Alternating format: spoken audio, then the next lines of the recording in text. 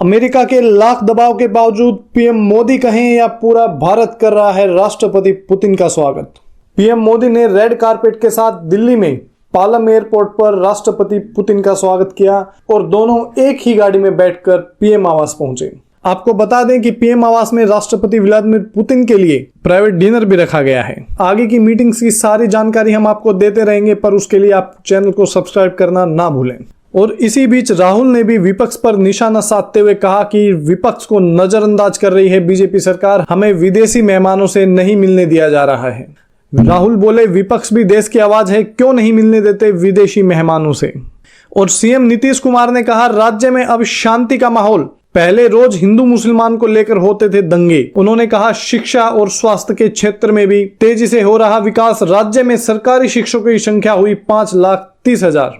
और दिल्ली में AQI 300 पार, आसमान में छाई धुंध की मोटी चादर। इसी बीच प्रदूषण के चलते सोनिया गांधी का बयान सामने आ रहा है। सोनिया गांधी ने कहा, दिल्ली में अब प्रदूषण की वजह से छोटे छोटे बच्चे मर रहे हैं, सरकार की प्रदूषण कम करने की जिम्मेदारी है।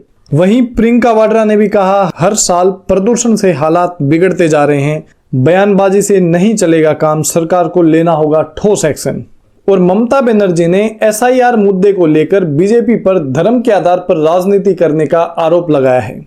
ममता ने कहा, हम सांप्रदायिक राजनीति नहीं करते। और ममता ने हुमायूं कबीर को तृणमूल पार्टी से सस्पेंड कर दिया है। पार्टी से सस्पेंड होते ही हुमायूं कबीर ने नई पार्टी बनाने का ऐलान कर दिया है।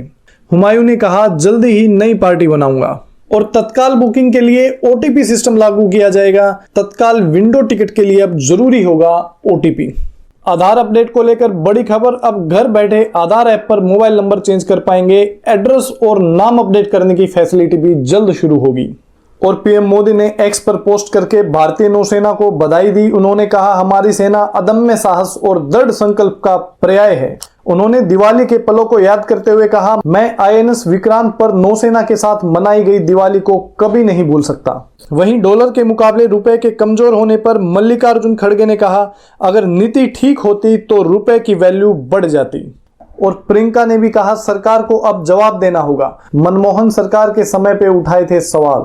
और कल इंडिगो की 180 से ज्यादा फ्लाइटें हुई रद्द, कहीं तकनीकी वजह तो कहीं क्रू की कमी बताई गई। ठीक होने में लग सकता है 48 घंटे का समय, DGCA ने मांगा जवाब।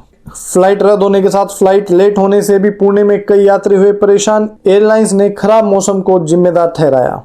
और दिल्ली ब्लास्ट मामले में छापेमारी जारी है। NIA ने यूपी, बिहार और हरियाणा समेत 22 जगहों पर की छापेमारी। और मुफ्ती शहाबुद्दीन ने मौलाना मदनी के बयान को देश के लिए खतरनाक बताया है। शहाबुद्दीन ने मौलाना मदनी को गद्दार बताया और कहा, वे देश के मुसलमानों को भड़काना चाहते हैं, देश में दंगा फसाद करना चाहते हैं। अब देश भर में घुसपैठियों को लेकर एक्शन जारी है। लखनऊ के झुग्गी झोपड़ियों में हो रही है छानबीन। और मुंबई में भी एयर क्वालिटी इंडेक्स 140 पार हुआ। आसमान में छाई रही कोहरे की परत।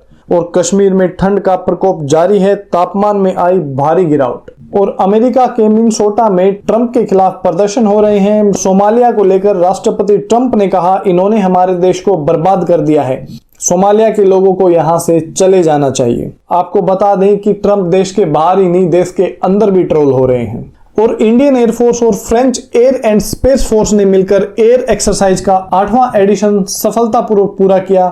इसमें दोनों एयरफोर्स ने मिलकर एक रियलिस्टिक ऑपरेशन माहौल में कई मुश्किल एयर ऑपरेशन किए। और स्वच्छ भारत मिशन के तहत plastic waste to road construction की अनोखी पहल शुरू की।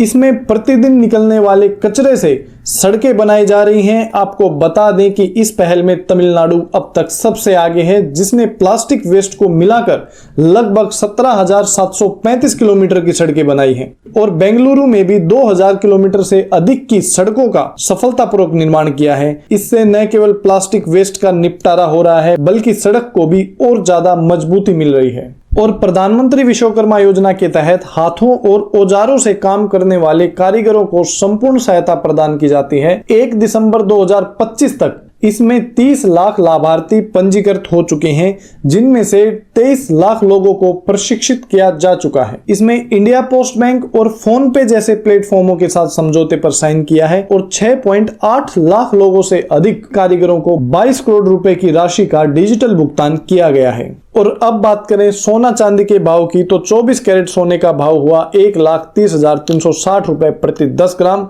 वहीं 22 कैरेट सोना 1,19,500 रुपए प्रति 10 ग्राम और चांदी 1,80,525 रुपए प्रति किलो रही।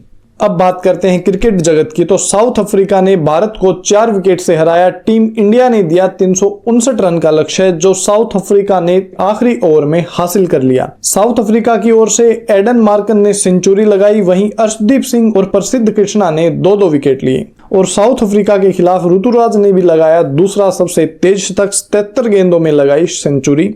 वहीं विराट कोहली ने वनडे में 53वां शतक लगाया और कोहली गायकवाड़ की जोड़ी ने बनाए 195 रन। तो दोस्तों आज के लिए इतना ही। चैनल को लाइक और सब्सक्राइब किए बिना मत जाएं, आपका एक लाइक और सब्सक्राइब हमें मोटिवेशन देता है।